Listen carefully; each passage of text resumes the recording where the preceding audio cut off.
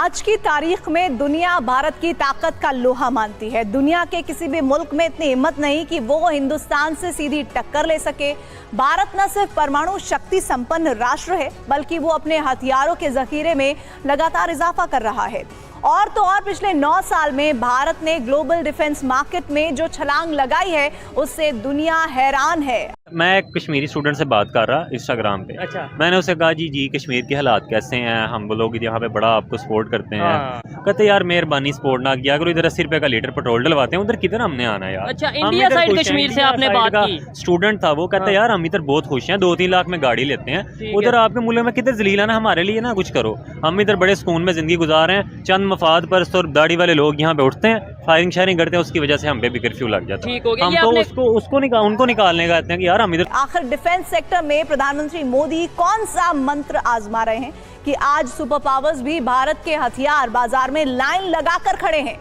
देखिए special report. Hindustan को एक बार फिर 1947 की जरूरत है। अब वक्त आ गया है कि हिंदू अपना मुल्क लेकर अलग हो जाएं, ताकि बाकी आवाम, चाहे वो मुसलमान हो, ईसाई हो या किसी भी दूसरे मजहब से ताल्लुक रखने वाले, अम पसंद मिलकर रह सकें। हिंदुस्तान को एक बार फिर बांट दो और छोड़ दो तहरीक की जरूरत है। Thank you. तुषार, सबसे पहले मुझे ये बताइए, मेरे माथे के ठीक ऊपर ये एक एयरक्राफ्ट गन है, क्या है ये? सो ये helicopter under belly weapon system है। ये 20 mm double barrel weapon system है with a very high rate of fire.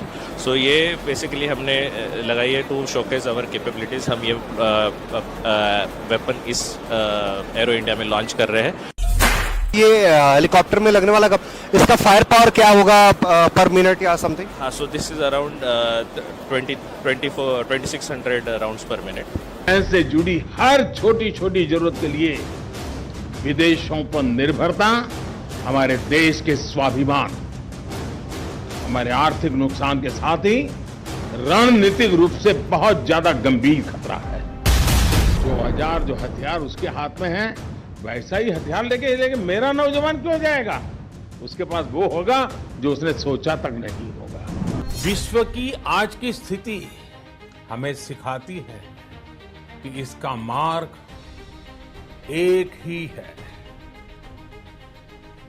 आत्मनिर्भर भारत। नमस्कार दोस्तों। भारत बहुत तेजी से आत्मनिर्भर बन रहा है डिफेंस सेक्टर में। मोदी जी जब से आए हैं 2014 से, उनका एक मिशन था कि भारत को हम आत्मनिर्भर बनाएंगे डिफेंस सेक्टर में और कम से कम हथियार खरीदे जाएंगे। आज कंडीशन ये हो चुकी है 10-11 साल में कि भारत हथियार बना ही नहीं रहा है, बल्कि दुनिया भर को हथियार बेच भी रहा है। इसके रिजल्ट जो 10 साल पहले काम शुरू किया गया था, उसके रिजल्ट अब बिल्कुल क्लियर दिख रहे हैं। अभी हाल ही में एयर शो हुआ था और उसमें हमने देखा है कि बड़ी संख्या में दूसरे देशों भी आए। जो भी भारत बना रहा है वो सारी चीजें, वो सारे डिफेंस के जो हथियार हैं, चीजें, वो सारी उसमें दिखाई गई। डिफेंस सेक्टर में बहुत तेजी से उछाल आ रहा है। अगले 5 सालों में 50,000 करोड़ का लक्ष्य सरकार ने रखा है और ये बहुत तेजी से बढ़ रहा है। हम छोटे मोटे देशों को ही नहीं, बहुत अच्छे देशों, बड़े देशों को भी अब हथियार बेच रहे हैं, जिसमें इजराइल और रशिया जैसे देश भी हैं, सऊदी अरेबिया भी है। और पूरी दुनिया में मेड इन इंडिया जो हथियार है उनकी मांग बढ़ती जा रही है। आप इस सबको लेके क्या सोचते हैं? कमेंट बॉक्स में जरूर लिखिएगा कि आप मोदी जी जो कर रहे हैं, आप उसके साथ सहमत हैं? आपको लगता है कि भारत वाकई एक बहुत ही बड़ा प्लेयर बन सकता है डिफेंस एक्सपोर्ट में? आपका जो भी विचार हो कमेंट बॉक्स में जरूर लिखिएगा। वीडियो अच्छा लगे तो लाइक करें, शेयर करें, चैनल को सब्सक्राइब करना ना भूलें, बेल का आइकन प्रेस करते हैं लेटेस्ट नोटिफिकेशन के लिए। आइए आगे बढ़ते हैं इस वीडियो में। दोस्तों, बहुत बड़ी डेवलपमेंट्स हो रही हैं, जिनको देखना, जिनको समझना ऑब्वियसली एक इम्पॉर्टेंट चीज है,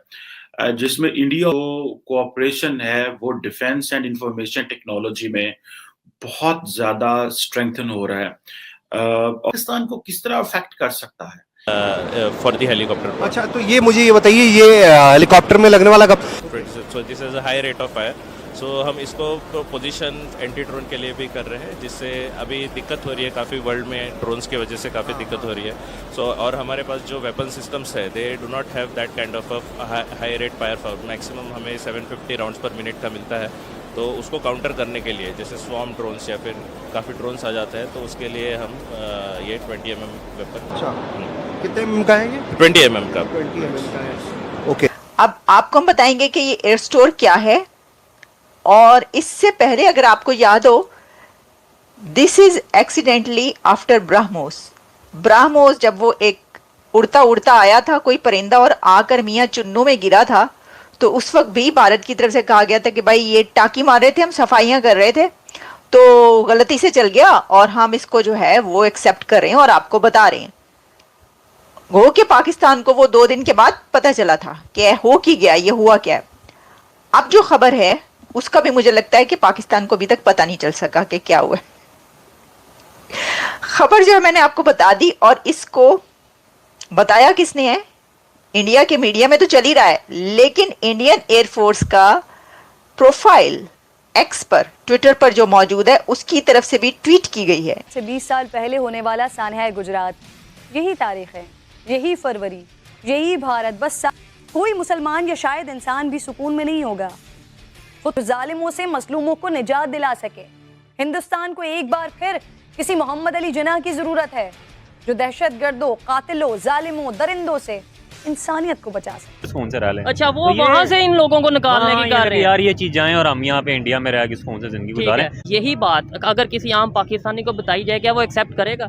मतलब जो हम तो सोशल मीडिया के साथ थोड़ा बहुत इन टच हैं, बस मजहब का जो चूरन बेचते हैं जी, इज्जत लुट गई, वो घर में घुस के ये कर देते हैं, वो कर देते हैं। जब वो लेट्स सपोज अगर उसके साथ से जुल्म हो रहा होता तो वो बताता ओपनली बताता कि भाई ये बहुत जुल्म कर रहे हैं। और वो कश्मीर के कोटे पे दिल्ली की बेस्ट यूनिवर्सिटीज में गया हुआ और वहाँ पे तालीम हासिल कर रहा है।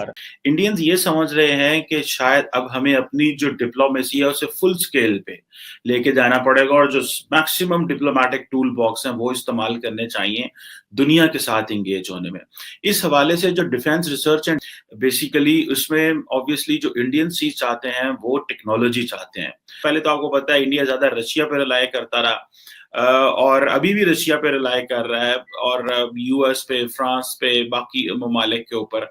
तो ये जो मीन्स के उन्होंने ये अपनी जो एक लिंकेज है ये डेवलप कर ली हुई है जिसमें वो समझते हैं कि हमें अब वो जो पुरानी चीजें थी वो उस एंगल से नहीं देख रहे, वो अपने आप को एक नए प्लेटफॉर्म के जरिए जो है वो इंगेज कर रहे हैं। पाकिस्तान को किस तरह अफेक्ट कर सकता है, क्योंकि पाकिस्तान को इसमें ऑब्वियसली पाकिस्तान का जो स्ट्रेटेजिक कल्चर है यहाँ पे ये डिस्कशन बहुत ज्यादा हुई।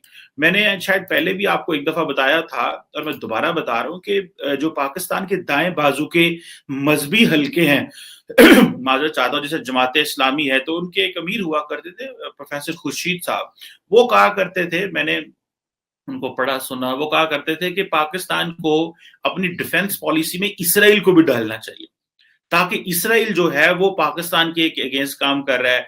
जैसे 65 का मैंने जिक्र किया, 71 का जिक्र किया है, साइनो इंडियन वॉर 1962 का हुआ जिक्र मैंने बताया। तो और पाकिस्तान में ये बात बहुत चली, क्या चली कि इंडिया और इसराइल मिलके पाकिस्तान की न्यूक्लियर इंस्टॉलेशंस पे हमले करेंगे या और ममालिक को रोका तो शायद पाकिस्तान को भी रोका जा सके, क्योंकि वो समझते थे कि ये जो वेपन है, क्योंकि पाकिस्तान में लोग उसकी मार्केटिंग बहुत करते थे न्यूक्लियर वेपन की, और वो मार्केटिंग करते थे उसको मजहबी पैराए में लाके।